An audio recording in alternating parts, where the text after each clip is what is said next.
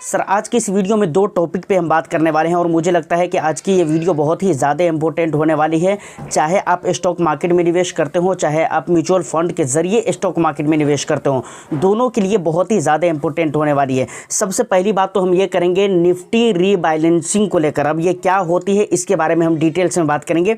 और दूसरी बात, देखिए कल की वीडियो भी बहुत शॉर्ट वीडियो थी, लेकिन उस वीडियो में मैंने एक बात कहा था और उससे पहले की भी जितनी वीडियो मैंने डिफेंस फंड को लेकर किया है, खासतौर से Motilal Oswal defence index fund को लेकर जितनी भी वीडियो किया है, उसमें मैंने आपको यही कहा था बराबर कि अभी होल्ड करके रखना है, अभी आपको इंतज़ार ही करना है, अभी उसको सेल एग्जिट कुछ करने की ज़रूरत नहीं है। लेकिन बहुत सारे लोगों ने कर दिया। मुझे लगता है कि जिन लोगों ने कर दिया है उनको अब इस खबर से बहुत ज़्यादा परेशानी होने वाली है, क्योंकि खबर ही कुछ ऐसी है। और रात 10 बजे या 10:15 बजे वगैरह के करीब मैंने टेलीग्राम चैनल पे इस इन्फॉर्मेशन को आपको बताया भी था, समझ रहे हैं ना। अपने टेलीग्राम पे मैंने इसको पब्लिश भी किया था कि ऐसी ऐसी बात होने वाली है, समझ रहे हैं। तो अगर टेलीग्राम चैनल आपने ज्वाइन नहीं किया है तो लिंक डिस्क्रिप्शन में है, उसको सर ज़रूर ज्वाइन कर लीजिए, क्योंकि टाइम टू टाइम आपको एक से एक हेवी अपडेट वहाँ पर देखने को मिल सकते हैं।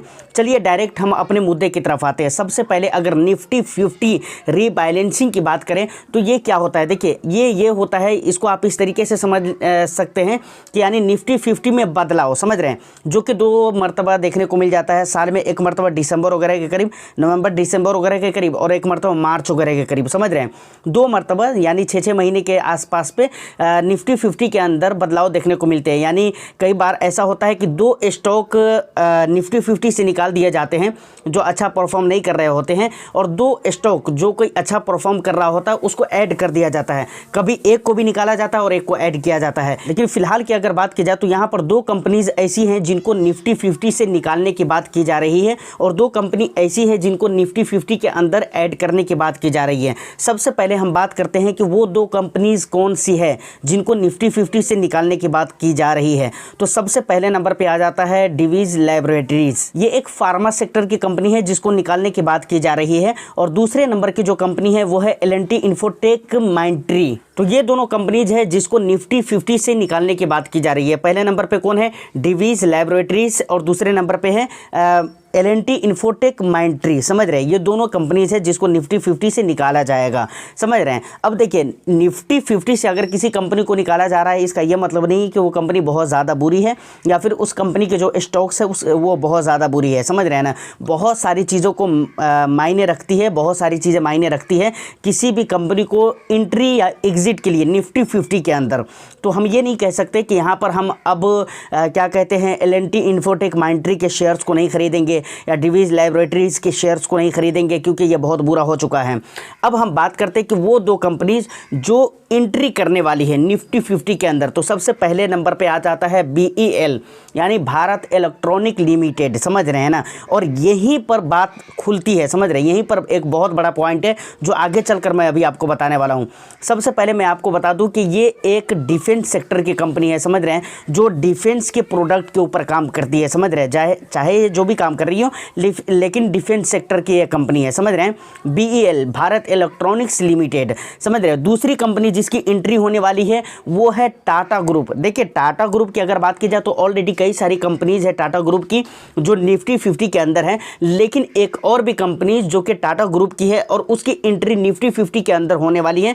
वो कौन सी कंपनी है, वो कौन सी कंपनी है, ट्रेंट लिमिटेड, समझ रहे हैं। तो ये भी कंपनी है ट्रेंट लिमिटेड जो कि टाटा ग्रुप की कंपनी है, और अब इसकी एंट्री क्या कहते हैं कि निफ्टी 50 के अंदर होने वाली है। देखिए निफ्टी 50 जो इंडेक्स है तो वहाँ पर 50 कंपनीज होती है, समझ रहे हो, जो देश की बड़ी कंपनीज मानी जाती हैं।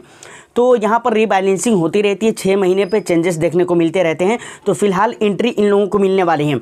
अब ये एंट्री कब से मिलने वाली है, तो 30 दिसंबर या सितंबर से मिलने वाली है, समझ रहे हैं। मैं स्क्रीन पे आपको ये डेट भी शो कर दूंगा, समझ रहे हैं। देखिए अब यहाँ पर मेन बात जो आती है कि मैंने कहा था शुरू में कि भाई जिन लोगों ने मोतीलाल ओसवाल या फिर खासतौर से मोतीलाल ओसवाल की मैं बात करूँगा, ICICI की तरफ से भी डिफेंस इंडेक्स फंड लॉन्च किया गया, लेकिन उसमें बहुत सारे लोगों ने निवेश नहीं करे, समझ रहे हैं ना। इतना ज़्यादा इंटरेस्टेड नहीं थे उस फंड को लेकर।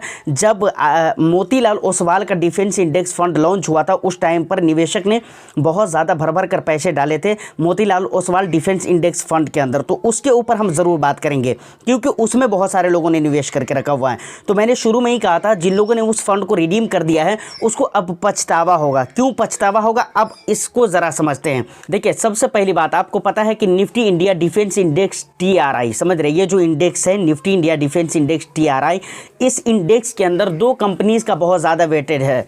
मैं बहुत ज़्यादा इस पे बात कर चुका हूँ, पहले भी बता चुका हूँ, बहुत ज़्यादा वेटेज है दो कंपनियों का। सबसे पहली कंपनी कौन है, HAL हिंदुस्तान एरोनॉटिक्स लिमिटेड, और दूसरी कंपनी क्या है, BEL भारत इलेक्ट्रॉनिक्स लिमिटेड।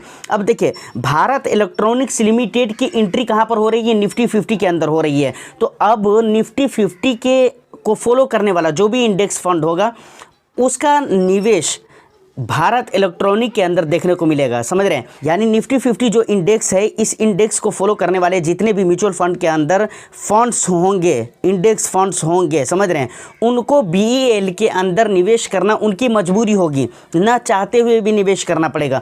क्योंकि सेबी का रूल क्या है कि भाई इंडेक्स फंड जो होते हैं उसमें निवेश कैसे होगा, ऐसे होगा कि जिस हिसाब किताब से इंडेक्स का वेटेज है, उस कंपनी का वेटेज है उस इंडेक्स के अंदर, सेम हिसाब किताब से फंड को भी निवेश करना पड़ेगा। यानी कोई फंड अगर उस इंडेक्स को फॉलो कर रहा है तो उस फंड के अंदर उन कंपनियों में जिस हिसाब किताब का वेटेज उस इंडेक्स के अंदर है, उसी हिसाब किताब से उन कंपनियों में फंड का पैसा भी निवेश किया जाएगा, समझ रहे हैं ना। तो अब कहने का मतलब यह है कि भारत इलेक्ट्रॉनिक की एंट्री हो गई निफ्टी 50, और निफ्टी 50 इंडेक्स को जो भी इंडेक्स फंड फॉलो करेगा उसका पैसा भारत इलेक्ट्रॉनिक के अंदर निवेश होगा, जिससे कंपनी का इनफ्लो बढ़ेगा। दूसरी जो इंपॉर्टेंट बात है, समझ रहे, वो क्या है कि जब निफ्टी 50 के अंदर एंट्री हो रही है तो यहां पर भी एक बात मैं कहना चाहूंगा कि इसका यह मतलब नहीं होता है कि आपको उसके शेयर्स खरीदने ही चाहिए। ये मतलब नहीं होता है कि अब उसके शेयर्स बहुत अच्छे हैं उसको आपको ख़रीदना ही चाहिए, ऐसा कुछ नहीं है। लेकिन फिर भी कुछ हद तक कि अगर देखें तो उसकी मांग ज़रूर बढ़ जाती है, उसका डिमांड ज़रूर बढ़ जाता है, उसमें FII वगैरह निवेश करने लगते हैं, प्लस डोमेस्टिक इन्वेस्टर्स तो निवेश करते ही करते हैं। तो कुल मिलाकर बात यह है कि उस कंपनी के अंदर इनफ्लो ज़्यादा आने लगते हैं, समझ रहे हैं ना। अब देखिए, इनफ्लो ज़्यादा आएंगे तो यकीनन ही उसके स्टॉक्स प्राइस महंगे होते जाएंगे, क्योंकि जितनी ज़्यादा डिमांड होगी उतनी ज़्यादा महंगी होंगी, समझ रहे हैं ना। तो ये फ़ायदा आपको डिफेंस फंड के अंदर अब देखने को मिलेगा।